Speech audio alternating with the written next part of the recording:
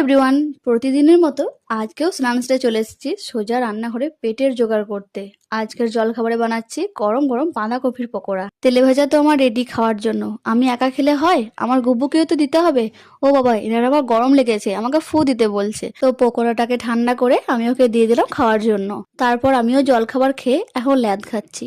এক দুদিন হয় না, কিছুই ভালো লাগে না, সারাদিন শুধু বসে শুয়ে থাকতে মন হয়। সেরকম আমার আজকে হয়েছে, কিচ্ছু ভালো লাগছে না, শুধু মনে হচ্ছে বসেই থাকি। আর এদিকে দেখো, আমার বড়দির ছেলে কি সুন্দর ড্রয়িং করে, বড় মা জেঠুর ছবিটা খুব সুন্দর এঁকে দিয়েছে। আর এদিকে এখন আমার ল্যাদ কাটেনি, রোদে বসে আছি কখন থেকে। তারপর দুপুরের লাঞ্চ করে একটা কমলা লেবু খেয়ে নিলাম। ও বাবা, সন্ধেবেলায় দেখি ইনি আবার আমার জন্য একটা গোলাপ ফুল নিয়ে এসেছেন। মাঝে মাঝে এরকম সারপ্রাইজ পেতে বেশ ভালোই লাগে বরের কাছ থেকে। তারপর নিয়ে এসেছিল একটা ব্রেড চপ। ওকে, আজকের মিনি ব্লগটি এইটুকুই, দেখা হচ্ছে অন্য কোনো মিনি ব্লগে। আর হ্যাঁ, ভালো লাগলে কিন্তু প্লিজ চ্যানেলটা সাবস্ক্রাইব করে দিও।